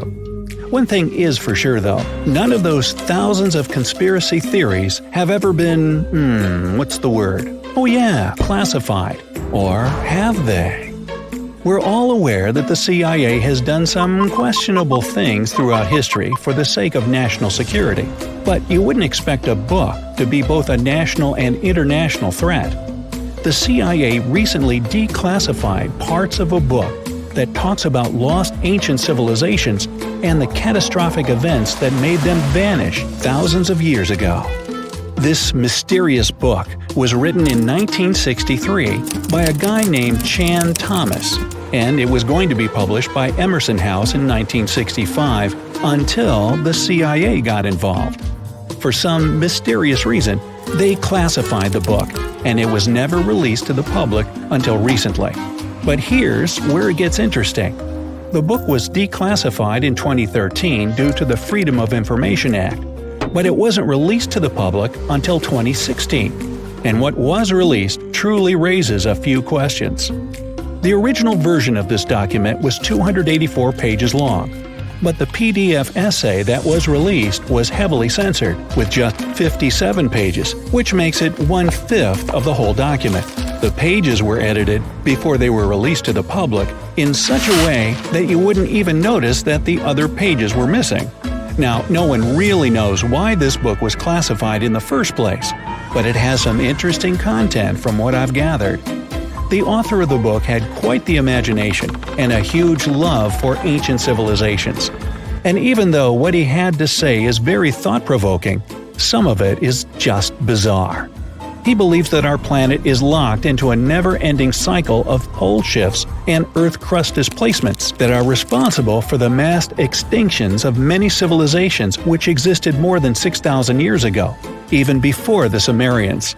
He believed that these events caused more damage to the Earth than meteors, and he bases this theory on a few artifacts that exist around the world, but weren't really noticed until recently. But I'll get into that in a bit. Those mass extinctions that the book talks about include the end of the Ice Age, when huge 2-mile-thick ice sheets disappeared from northern Europe, Northern America, and Canada, and caused 100 species to go extinct. And here's how the author illustrates his hypothesis. He believes that there was a geomagnetic pole shift which caused catastrophic changes to both the atmosphere and the Earth's crust, resulting in the extinction of many civilizations over time. Now, even though the geomagnetic pole shift is a real thing, it doesn't just happen overnight. It happens really slowly, only about every few 100,000 years, according to scientists. But it's a bit more complicated than it sounds. It is a well-known fact that the North Pole is somewhere above Alaska, and the South Pole is close to the middle of Antarctica. Now, these are the geographic poles, and they'll always be north and south. However, the Earth's magnetic poles flipped a few 100,000 years ago. So, if you had a compass, let's say 700,000 years ago, it would instead point south and show you the Antarctic. But the author of the book has a different theory. He believed that the flip of the north and south magnetic poles doesn't happen every few 100,000 years, but every 12,000 years, and that this flip occurs in just a few hours, causing a catastrophic apocalypse. He thinks this happens as a result of an explosion inside the Earth's core. This explosion causes the magnetic poles to flip, but it also causes the Earth's crust to move. According to the book, due to these catastrophic events, a lot of the Earth's continents that were submerged underwater rose above sea level in just a few hours. Now, here's where it gets interesting. The author also states that the Peruvian Andes were beneath the ocean before the last pole shift. And even though it seems far-fetched, since the Andes are approximately 22,000 feet above sea level, there was evidence to support that claim in the late 80s. Scientists found whale bones and fossils that are said to be millions of years old on top of the Andes and the Himalayan mountains. It's also suggested in the book that the deep freeze the Earth went through during the Younger Dryas event caused the Gulf Stream to be disrupted, and he points to some interesting evidence to support that theory. Frozen mammoths were found trapped in blocks of ice with food still in their mouths. Now, this is a true mystery, because freezing cold weather is in their nature, and they were among the few animals that could truly survive in the Ice Age. So, what could have caused them to freeze so quickly? Kinda makes you go, doesn't it? The document describes the Great Pyramid of Giza as a true enigma as well. The Pyramid of Giza is made out of 2.5 million stone blocks that are placed on top of each other with great precision. It's close to 750 feet wide and more than 450 feet high. To this day, we're still not able to explain how it was constructed, and it's quite difficult to understand the internal design as well. On the inside, the pyramid has no similarities to the other pyramids, and, despite popular belief, there were no mummies found in any of them. If you think that's a bit weird, wait for the next one. There are absolutely no hieroglyphs found in any of the pyramids, and that goes both ways. What do I mean? There are also no pyramids, or anything that resembles a pyramid, in any hieroglyphs either. Mr. Thomas believes that the pyramids were created hundreds of thousands of years before the Egyptians by a civilization that went extinct. Speaking of civilizations, in his book he even mentions the Greeks.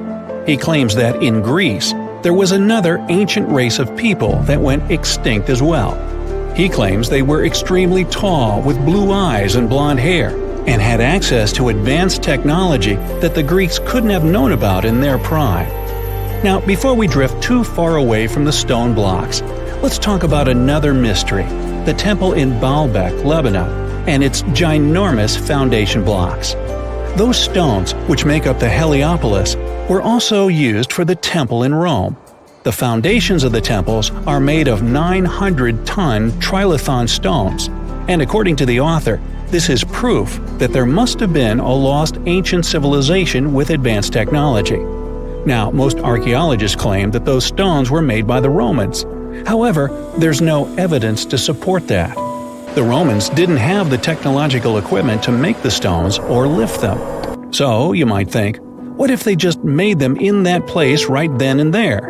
Well, those stones were also lifted 30 feet high and were placed next to each other with mathematical precision. And let's not forget about the blocks on top of the Heliopolis in Lebanon, which weigh about 800 tons each. But wait till you hear the next one. The Romans don't even credit themselves for these stones. They claim that they built up the sides, but they don't take credit for the extraordinarily large and heavy foundation stones. The author also makes an interesting point about the distance between the Roman capital and Baalbek in Lebanon.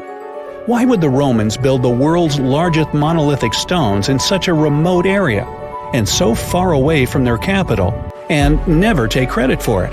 Well, folks, it's a mystery to me. Now, let's move on to the most intriguing enigma, Easter Island, which is located in the middle of the Pacific Ocean, or nowhere if you will. The author questions how people founded or even settled in such a remote island that long ago. One of the signifiers of Easter Island are the Moai statues, and the mystery surrounding who they depict and why. What's an even bigger question is how they were created, moved, and positioned in the places they were found. According to this declassified document, Easter Island was part of the now lost continent named Mu, and it was sunk in the Pacific Ocean in a disastrous cataclysm that happened during one of those pole shifts. The continent of Mu, according to the book, was as big as South America, and what we now call Easter Island is just what's left of that continent. The author also believes that this is what happened with the lost city of Atlantis as well. Plato is even quoted about this, saying that the whole city of Atlantis sunk miles beneath the waves within just a day. Even though the whole story sounds very intriguing and makes some interesting points, we know that, scientifically speaking, a cataclysmic pole shift causing entire civilizations to go extinct isn't possible. Now, how about some surreal hidden places to check out? Grab a flashlight and your backpack, and bon voyage! The trip starts in the mountainous country of Switzerland. You travel to the town of Waltensburg in the eastern part of the country. It's raining and it's very cold, but you still make your way to the bottom part of a mountain, where your first adventure awaits. After climbing up high in the mountains, you see a strangely shaped castle. To get there, you must walk up an extremely narrow pathway. Don't look down, you think to yourself. You tighten the straps of your backpack and manage to walk along the pass. Standing at the door of the castle, you really can't believe what you see. A 13th century fortress built entirely of stone. Today, all that is left of Krafenstein Castle is mainly its ruins, but their condition is good enough to get an idea of what the place looked like back in its glory days. You take your time to explore the castle inside, but honestly, this place gives you the chills and you're ready to move on. The next place on the list is Turkey. A plane and then a car ride later, you arrive in the city of Çorum in the northern part of the country. On the outskirts of Çorum, you find a valley filled with old, overgrown mountains and see the beginning of the trail you're about to hike. The way is extremely steep, but it leads to a secret door carved in the mountain. Congratulations! You've just arrived at Kapilikaya. The huge door is a massive arched stone that blocks the entrance to a hidden building. Experts think it has existed since the 2nd century BCE. Unfortunately, the huge door won't open, so what's hidden inside is a mystery today. It's guessed that there is a room inside. Some locals say there's a treasure hidden there too, but until today, no one has managed to enter the place to check. Okay, it's time to get moving before night falls. Next, you get the unique opportunity to travel to Ethiopia. Wandering around the city of Lalibela, you stumble upon a huge pit carved in the ground. You approach it carefully, and soon enough, you see a magnificent terracotta building, so richly detailed it leaves you mesmerized. But that's not all. There are 10 other pits just like this one, hiding King Lalibela's 12th century buildings. All 11 constructions are different from one another, yet share a similar recognizable style. They were hand-carved over the span of 24 years, only with the help of chisels, which is unbelievable given that these buildings are up to 50 feet high. That's about as tall as 5 African elephants stacked on top of each other, if you could do that. This unconventional way of construction made them entirely monolithic, meaning they were carved out of just one gigantic piece of rock. Pretty impressive, huh? Once you leave Ethiopia, you grab a flight to southern Italy, right there on the tip of the boot. No hiking is needed here. Whew! Your friend takes you to a site called Sassi di Matera. It's a Paleolithic city carved in the slope of a steep hill. You might feel like you've traveled in time here, as local stone houses and ancient buildings are unlike anything you've ever seen before. The site, also known as De Sassi, is suspected to be one of the first human settlements in Italy, dating back to over 9,000 years ago. Wandering around the town, you might get invited inside one of the cave-like houses. Oh, and as weird as it may sound, some of the streets run on top of people's homes. Talk about Paleolithic urban planning. You're probably becoming an expert on rock-cut architecture by now, but there are still a few sites left on your list. Next off, you head to Slovenia to visit the world's largest cave castle. This medieval castle was built on top of a 400-foot-high cliff and was designed to be impenetrable. Luckily for you, security is much more relaxed today. Still, if you're looking for a more challenging and less touristy way inside, you can get into the castle through one of its many underground tunnels. They were built over 800 years ago for the owner of the castle. He needed secret passageways to sneak supplies. Today, Prijama Castle is both enchanting and mysterious. I'd say it depends on whether it's a warm sunny day or a cold stormy night. After this medieval experience, you head on to visit Petra, a magnificent Jordanian monument found in the middle of the desert. To get around here, you'll need a large supply of water and sunscreen because it's going to get hot. But this site is worth it. The city of Petra is a marvel of the ancient world. Back in the 4th century BCE, this region was a trading hub at the crossroads of commercial routes. Petra was a wealthy city, home to the Nabateans, an Arab Bedouin tribe that thrived in the region for many years. The rock-carved gate-like structure Petra is famous for is called the Pharaoh's Treasure. It stands at the main entrance to the site and is said to have a treasure hidden inside. You might feel tempted to check it out for yourself, but that's an adventure for another trip. For now, you hop on another plane ride, this time to the Americas. First, you visit the USA, more specifically, the mountainous state of Colorado. You make your way to Mesa Verde National Park. There, in between the greenery and abundant vegetation, you'll find over 600 dwellings built in the cave beneath the cliff, carved deep into the mountainside. This ancient village is now considered a heritage site. The local Puebloan tribe built it back in the 1190s. One of its main buildings is called the Cliff Palace. It's a multi-story construction built from sandstone and mud mortar. The palace alone housed over 150 rooms. If you're feeling sporty, you might want to visit the balcony house. To get there, you'll have to climb a 32-foot ladder.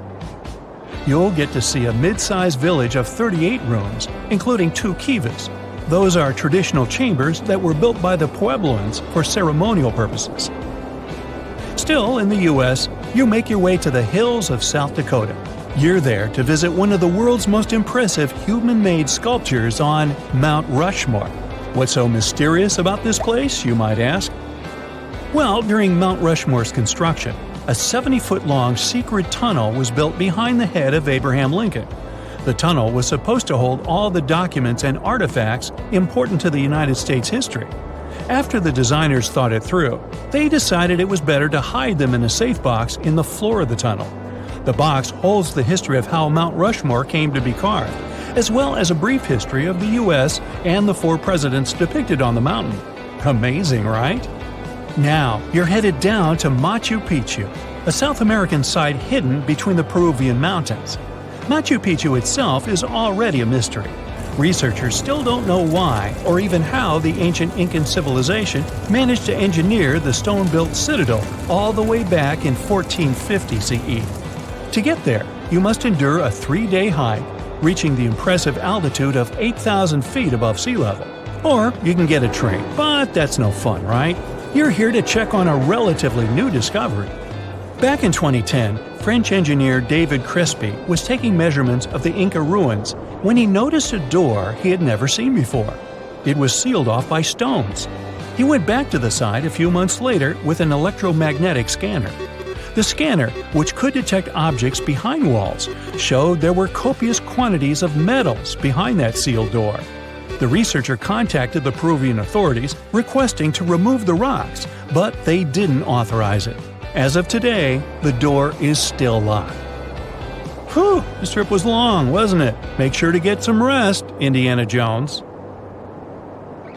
We've all been afraid of the dark at some point in our lives, haven't we? I mean, do you remember getting tucked into bed by your mom or dad after they read you some scary fairy tale with monsters and dragons or even dinosaurs? But just as your parents were about to turn the lights off and silently step out of your room, you remembered. What if there was something hiding under your bed? Or worse, what if some spooky creature was stuck somewhere in the closet? You could probably get up and check, but it was too dark out there. Wouldn't it be great to have some source of light that would come from within your body? You could always use it whenever you get surrounded by darkness. Unfortunately, as humans, we aren't able to do that. But there are a bunch of creatures out there that can, in fact, light themselves up. That's thanks to a little something scientists call bioluminescence. Animals and fish living in the ocean tend to have this talent more often than others. And you can find these creatures anywhere, close to the surface or deep down at the bottom. 2.5 miles deep if you have a knack for numbers. These creatures use their light for a lot of things, like communicating with other members of their species, luring in prey, and even scaring away enemies. Bioluminescence is basically an organism's ability to emit its own light. Chemistry has a lot to do with it. Such animals use two chemicals, one called luciferin and the other called luciferase. Add a bit of oxygen and bam! Light! Should you ever wonder if you actually observe bioluminescence or if someone just dropped a glow stick in the ocean, be on the lookout for neon blue, green, or even red sparkles in the sea. They're usually spread over a large area. This can even make the water look like glitter or a starry sky. You can thank squid, tiny crustaceans, and algae for this romantic atmosphere. Now, I've got another unusual phenomenon for you. How about a golden waterfall? I'm not kidding, it actually exists, and it's a natural phenomenon. To see it, you have to drive to Yosemite National Park to the Horsetail Fall. Make sure to plan your trip in winter or early spring. That's the only time during the year when you can see this awesome phenomenon. It doesn't need any scientific explanation. It's nothing more than sunlight at dusk hitting the waterfall in such a unique way that it makes it look like a river of lava. Or gold, your choice. That's the reason why during this time of year, the Horsetail Fall is also named the Fire Fall. Unfortunately, this phenomenon is becoming less and less visible within the years, mostly because of drought and other issues connecting with the melting of snow. So, should you ever decide to visit, keep an eye on the waterfall since the effect is very brief. Ever heard of a dirty thunderstorm? It's also called volcanic lightning. Apparently, specialists looking into the phenomenon have yet to fully grasp what it is. When a regular thunderstorm happens, particles with positive and negative charges collide, hence the giant spark we call lightning. It also makes a lot of noise, which you can recognize as thunder. But when a volcano is erupting, some of the volcanic ash particles get electrically charged, and while getting projected into the air with a huge force, they collide and cause electrical discharges. This whole process makes it look like there's lightning coming from the volcano itself. Imagine all that ash, gas, and smoke coming from the crater, and then add some electricity to the mix. It'll make the whole picture look really bizarre. No wonder this phenomenon is called the dirty thunderstorm. Now, how about clouds that look like waves? Those are called asperitas clouds, and they're actually quite close to the ground, unlike your regular day-to-day clouds. The name comes from the word aspero, which in Latin translates to rough or uneven. On rare occasion, you may spot such clouds when the weather is calm, but they're mostly associated with thunderstorms. These clouds appear during unstable atmospheric conditions, and surprisingly, they don't produce rain. Even though they do resemble dark storm-like clouds, they also create random patterns, tricking your eyes into thinking you're looking at the surface of the sea from under the water. Another impressive kind of cloud is called mammatus clouds. What makes them so special is a series of bulges emerging from the base of each cloud. One such cloud enters a level in the atmosphere where the wind direction changes. You can see these wave-like patterns in the sky. Australia is the place for you if you like surfing, but not all the waves you can catch there are made of water. Near a town called Hayden, there's a mysterious wave made out of rocks. This granite formation supposedly dates back to 2.63 billion years ago. That's way before dinosaurs started hanging around the planet. Standing at 49 feet high and 360 feet long, the wave was formed as a result of two processes: weathering and erosion. There's softer sediment at the base of the wave rock, which was chemically weathered by groundwater. Winds and rain did the rest of the job, causing the erosion of the rest of the formation. Its red, yellow, and gray stripes are made of iron hydroxide, carbonates, and other chemical compounds that were washed down by the rain. You've made it to Australia, so stick around a bit more. There's one more location here that seems unreal. You'll need to fly over this one, however, if you want the best picture. In the western part of the country, surrounded by green woodlands, there's a series of lakes. They're all a staggering shade of bright pink. Out of them all, the most famous is Lake Hillier, a 2,000-foot-long reservoir. It's surrounded by both sand and a forest of eucalyptus trees. This makes the cartoon-like hue of the lake stand out even more. One of the many theories explaining the color of these mysterious lakes is connected with algae. These algae appear to gather high levels of a substance called beta-carotene, which has a red-orange pigment in it. Another explanation involves haloarchaea. Those are microorganisms that sometimes look red. Even if you don't enjoy flying, the lakes are great for taking a swim. They're not toxic, even though they have loads of salt in them. This means you'll be able to stay afloat easily, and the water won't damage your swimsuit. During winter up north in Canada, a bizarre phenomenon happens at Lake Abraham in Alberta. Underneath the frozen surface, you can spot some weird objects that look like frozen jellyfish. It's definitely not the case, as these creepy formations are just frozen methane bubbles. Those are pockets of gas that were trapped underwater and got stuck there after the lake had frozen. They appear when leaves and grass fall into the water and bacteria digest them. This process transforms them into methane. This phenomenon is as beautiful and strange as it is dangerous. The pockets of methane can easily become highly flammable. When the temperatures rise during the spring, the ice melts and these bubbles start popping and fizzing. It's a spectacular sight to observe. Picture a lake filled with soda. Remember not to bring any source of fire. It can be very dangerous for visitors. You can check out these types of lakes all across Canada's Banff National Park. Nature often tends to make its own music. Just listen to the sound of crickets at night, or the soothing noise of a waterfall. But in Bucks County, Pennsylvania, there's a strange geological phenomenon which takes nature soundtracks to a completely different level. These are called the ringing rocks, and scientists still can't explain their unusual behavior. If you strike these rocks with a heavy object, like a hammer or another rock, the stones will make a ringing sound, as if they were hollow, but they're not. What makes the ringing rocks even more bizarre, apart from the mysterious sound they make, is that no animal wants to hang around there. Even though the rocks are surrounded by a thick forest, scientists haven't managed to trace any animal activity in the area yet. Even more striking is the fact that despite all the trees around the rocks, you won't find any leaves lying on the boulders. What makes these rocks so unappealing for both animals and vegetation is still up for debate. A girl, once and beautiful, ended up in a grave with a huge sickle across her neck.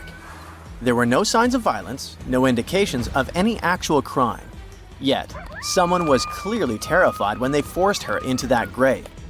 So scared that they even placed a padlock on the big toe of her left foot.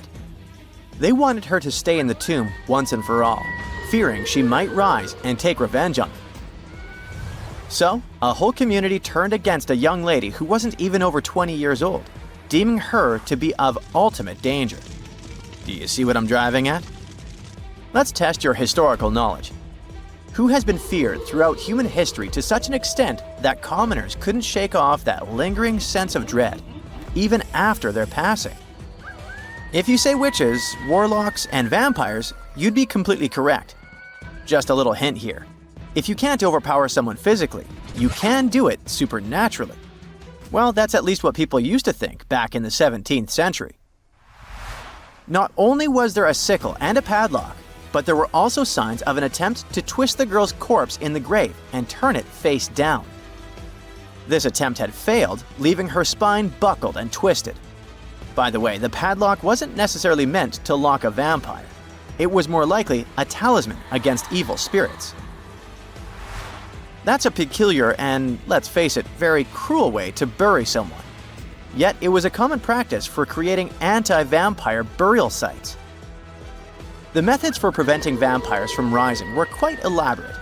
First off, let me introduce a term. Anti-vampire graves, known as revenant graves, date back thousands of years and have been found in various locations across Europe. Europe, you heard that right. Now before you say, hey, vampires are a Romanian thing, Dracula, duh, let me convince you otherwise. They are a part of all European folklore, meaning you can find references to them throughout Europe. With new settlements in America, vampire lore spread there too, eventually turning into the Twilight Saga. These anti-vampire burials are characterized by evidence of precautions taken to prevent those who bit the dust from rising. Such measures could include placing large stones on the deceased's legs or even piercing the body with a lance to fix it to the ground. To be completely safe, they could also consider removing the head from the torso. So, burying the body face down, cutting off the head, and pressing the body with a stone were the methods used to keep someone believed to be a demonic being from leaving the grave. Let's return to the poor lady, or rather, the girl. A couple of archaeologists, Dariusz Poliński and his partner, Magna Durodzka, who happened to be partners in both crime and life, stumbled upon her grave. Strangely, all of her 206 bones remained untouched. Yet no gravestone, no name, nothing. Just a lonely grave on a hill in northern Poland. Poliński, a professor of archaeology, and Zagrodzka began piecing together the story of the woman they eventually named Zosha. Carbon dating suggested she had been about 18 years old and had passed away about 350 years ago during a chaotic time in Poland's history. There is little documentation about this graveyard, which seemed to serve as a resting place for individuals marginalized by the community. Was Zosha a poor girl who had been marginalized because life forced her into the worst situation a lady could face? Not really. As the archaeologists delved deeper, they stumbled upon some hints that indicated she might have hailed from a rich family. Her burial featured a stylish bonnet, and the delicate silk along with shiny silver and gold threads found with it suggested that it was part of an elegant headdress. This all pointed to the idea that she had some serious status or wealth. But the way she was buried indicated her outsider status in the village of Pien. Perhaps her presence there was unwanted, hence the idea of her being a vampire, backed up by the manner in which she was forced into the grave and held there. By analyzing the structure of her skull and extricating DNA from her skeleton, scientists created a reconstruction of what her face might have looked like. The specialists meticulously reshaped Zosha's likeness using modeling clay on a 3D printed model of her skull, which proved to be a deeply moving experience. They remarked that while they often worked on face reconstructions, in this case, they also sought to restore her dignity. Utilizing these three methods, the team reconstructed Zosha's 400-year-old face, revealing the human story buried beneath supernatural beliefs. It's ironic, isn't it? First, people tried their hardest to make the world forget her face and prevent her from ever coming back. 400 years later, people did everything they could to bring her back to life. Her picture now is all over the internet, yet we will never see the faces of those who buried her. Alas, this reconstruction project only allows viewers to visually connect with Zosha, but her true story remains a mystery. But what we know for sure is that people who were deemed vampires were badly discriminated against, to say the least. Rumor had it that hungry vampires would even steal people to quench their thirst. Let's use math to prove this rumor wrong and prove that Zosha wasn't one of them. Back in the year 1600, there were only 537 million people worldwide. Yeah, this data may not be very accurate, but it's pretty close to reality. A physicist, Kostas Eftimiou, calculated that if a vampire had been drinking one person's blood each month, humanity would have faced extinction within a few years. starting with one vampire and a population of 537 million in 1600, this math shows we'd have no humans left by July 1602. But here we are now. Well, while placing a stone on a corpse to make sure the vampire doesn't rise may be something new to you, there are also a bunch of stereotypical things associated with these creatures that you definitely know, such as garlic and mirrors. Funnily enough, even though it's all based on a bunch of superstitions, there's pretty good logic behind the garlic thing. You see, it contains a special compound called allicin, which is a powerful antibiotic. While people back then couldn't know what an antibiotic was, they noticed garlic was pretty effective against various conditions. Since they believed vampires were created by a particular blood condition, they also believed garlic could defeat a vampire. And there's more. There's actually a blood condition called porphyria, which makes people look like real vampires. Their skin is pale and their teeth get bigger as their gums shrink. And guess what? People who have porphyria cannot consume garlic, as it worsens their condition. Wow, that's a cool coincidence. The next superstition is a bit fresher, and it's about vampires avoiding mirrors. The first known reference to the mirrors comes from the book Dracula in 1897. But why wouldn't a vampire show a reflection? Simple. Before the plastic era we live in, mirrors were traditionally backed with silver. Silver was commonly believed to repel evil spirits, possibly because it has antimicrobial properties. Much like garlic, its healing properties may be what was supposed to scare off a vampire. Another reason why suspected vampires may have avoided mirrors is the changes to their appearance from conditions commonly confused with vampirism, like porphyria and rabies. People afflicted with these conditions may have avoided looking in mirrors for that reason, causing others to assume that vampires avoided mirrors. But if you ever met a vampire and these methods don't repel it, I have one more trick for you. Ask the potential vampire to count. It can be spilled grains, seeds, or even the holes in the fishing net if you happen to have one. Vampires are into math, so they'll stop to count, delaying them until sunrise. And we all know that vampires don't do well in sunlight. Ironically, it's Count von Count, a vampire who teaches us how to count on Sesame Street.